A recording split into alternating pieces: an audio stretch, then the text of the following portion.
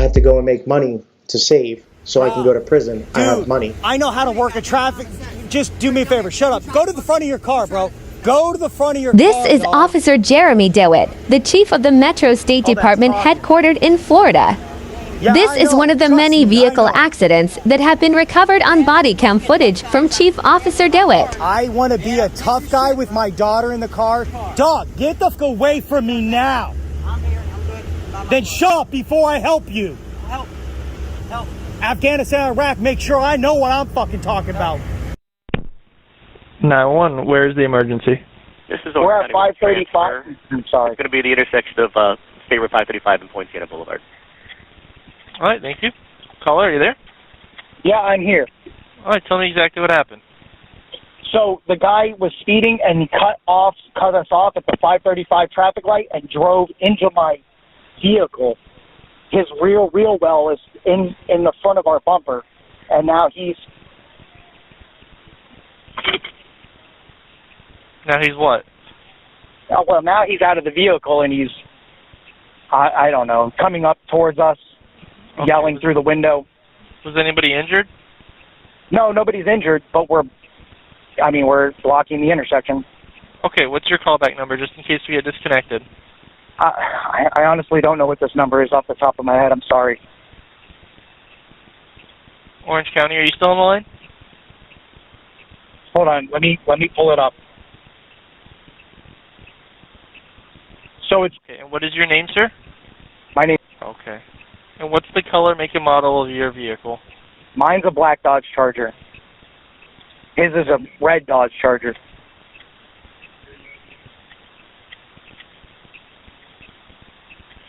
Okay, is there any smoke or flames coming from the vehicles?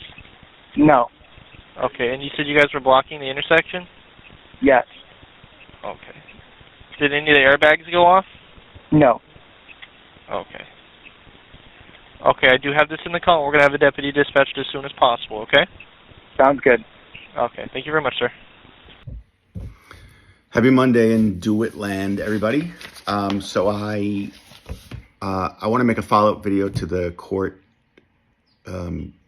case last week, but I'm going to wait till during the week to do that because I'll talk about what's going to happen next week, which we actually don't know yet, which is why I'm not talking about it right now because, you know, with Jeremy always trying to kick the can down the road, that might be a continuance, even though they said no continuances, but you never know. So I'm actually not sure. I mean, I'll be there no matter what happens. If it goes down, I'll definitely be there. I'll figure it out. I actually found a really cheap and convenient way to fly. New York to Orlando is pretty easy generally, but I found an even better way. Joined a discount club on one of the discount airlines. I don't recommend them for more than a 2.5 hour flight, but going down to Orlando, it's fine. So, and to that point, people are more and more saying to me, hey, we'd like to contribute to cover your travel expenses so you keep, excuse me, so you keep making these trips. But the trips are not expensive and I don't mind. So I would say if you're going to give money to anybody, please give the money to Fraudy and PT and Josh and let them purchase the calls. And more importantly, those cloned phones. To get Jeremy's cloned phones would be amazing. And I think somebody said they're like $2,000. So if we put together $2,000 and get our hands on those phones, we would have a ball, I would imagine. All right, I've been dying to make a video since last night when I listened to Fraudy's most recent post. And I wanted to sit down and write some notes because let's just start with restitution. Jeremy's concerned about people trying to get restitution. And obviously he was trying to say retribution, but he doesn't even know that. He doesn't even know what word he was trying to say. And he went through it like 4 times, right? And restitution is what you came up with, you idiot. So I just wanted to start with that. So, and then he starts with, you know, telling his mom how sorry he is, but he's sorry because he wants coffee and food packs.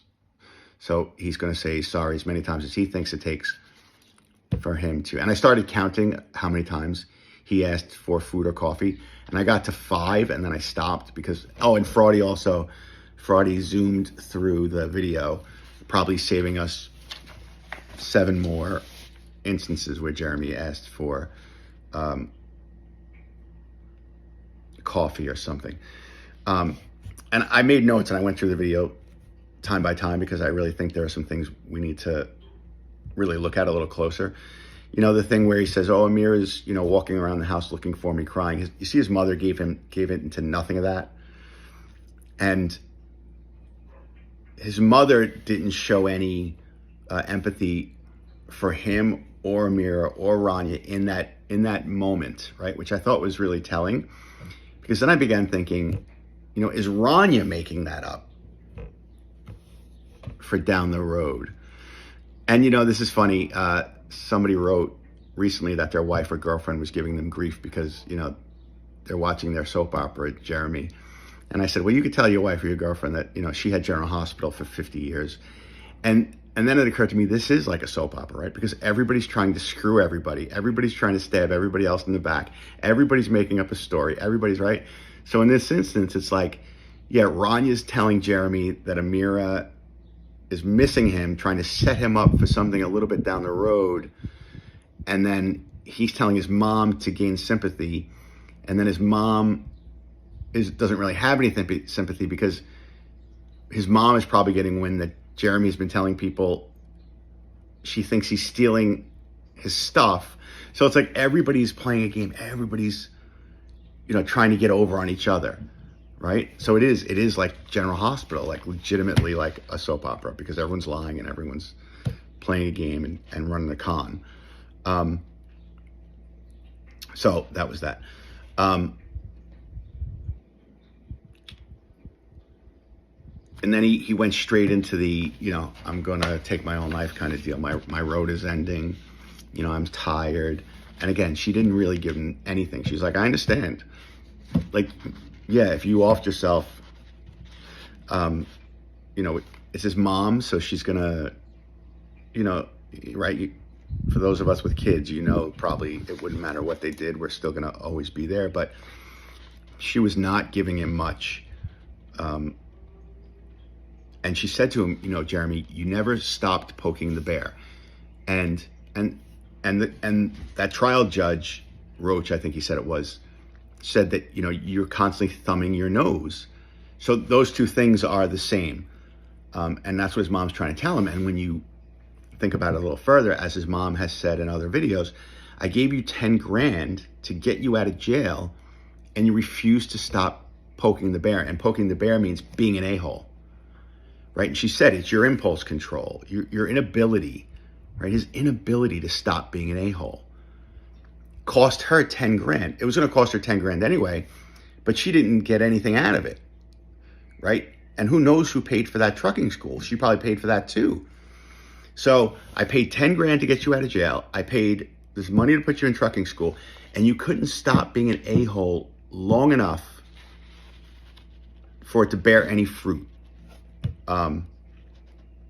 So, she's got to, really be PO'd. And, his mom said, I was talking to Leanda about, getting that YouTube shut down.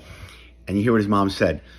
But because of the changes that are constantly being made by you or whoever, she's not saying to him, is it you or is it Jen? She's saying by you, whoever. So she's like giving him an out again, which is part of the problem that she keeps giving Jeremy outs. But then you begin to think, changing the information. It's not necessarily even changing the password, right? It's changing the information that will make it possible for you to get the new password, right? We all know if you forget your password, they're going to ask you, what street did you grow up on, blah, blah, blah. But I think that Jen is even changing the information so that whoever tries to get the new password can't, because she's changed information like that to change the password. Or maybe it was Jay did it so Jennifer could. Who knows? Because everybody's running. It's a real soap opera. Everybody's running a scam on everybody. But if you ask me, it's Jen because she figures Jeremy goes back to jail. She has access to all that stuff. She's going to take the money out. So I think that's where that has come to. And the last thing, I made 2 pages, one about his convo with his mom, and the other about his convo with Jen. But the last thing was Rania. All right, his mom says Rania won't bring the titles over when somebody comes and wants to buy the motorcycle. She goes, I can't sell it on the spot because I don't have the title, because if I call Rania, she won't bring it over. And I don't know what Rania's deal is. I've always maintained that Rania is just sloppy, slovenly, lazy. I don't know, and stupid. I don't know that Rania has, if we're going to do a pie chart of all the things that Rania is, I think malicious is near the bottom. Of course, when cops come to the door and, well, more about the Chicago, right? In Chicago, she had his back way too much. She knew what was going on there, and she had his back way too much. But I think on the list of things she is, I think sloppy, slovenly, lazy, stupid are all much higher than malicious. With Jen, I think it's the other way around. I think malicious is way higher percentage on the pie chart. So now to the Jen part of that conversation. She answers the phone and he immediately accuses her of recording him. So he makes her mad immediately. But in his head, he's thinking that she's trying to use him and take advantage of immediately as the phone call begins. And then they keep with the honey and the sweetheart and whatever. So this is somebody who you think is going to record you, to use you and take advantage of you, but we're still going to maintain this lovey-dovey because they're so codependent, right? They both need somebody to make them feel important. And that's why they do that thing where they yell at each other, stop asking questions, or Jeremy, I'm too pissed off for this stuff right now. And then they try to placate each other. It's a weird dynamic because they're the only two who would do that for each other. And we often say that Jen is smarter than Jeremy, which she probably is. I mean, she definitely is. But her taking, however long it took her to figure out that when he said bar, he meant website. How dumb are you? But again, is she playing that? Because part of me is thinking now that she is, I don't know if I should let Cleopatra on the screen so I don't get yelled at by people, or I shouldn't, or whatever, but that's my baby girl. Baby girl, go over there. Please. I love you, but go over there. Is that her trying to get him to speak on a recorded line, right? Because if she just said, okay, I know what you're talking about, then that maintains his, listen, it's all stupid. It would take a trained investigator 30 seconds to know that these code words are absurd. And I love the fact that they think these code words are actually code words. It's not because we call her Blondie. It can't be Jen. How could it be Jen? That's not Jen. I just called her Blondie. The idea that he keeps up that pretense is hysterical. But so A, is she dumb and she didn't know he meant website, or is she really setting him up down the road? Which they keep saying 4 to 6, which is so interesting about the fact that we listen to these phone calls, right? And now we know that the plea offer was 9 years, right? So put it together. He kept saying, and Amir told Rania they might be looking at 4 to 6. But now we know that they were looking at much more because they offered him 9, which means they were looking at more than 9, right? So what was it? Again, people got all over me about my math, but it could have been 12 to 15. Easily could have been 12 to 15 if they're offering 9, right? So, and they don't know that, right? As we're listening to these phone conversations, they don't know that. And, right, and it's really neat to think about what we're going to hear going forward if Fraudy and PT keep doing their job, what we're going to hear that's going to lead us to what we know now is 9 years, right? It's really kind of neat and fascinating.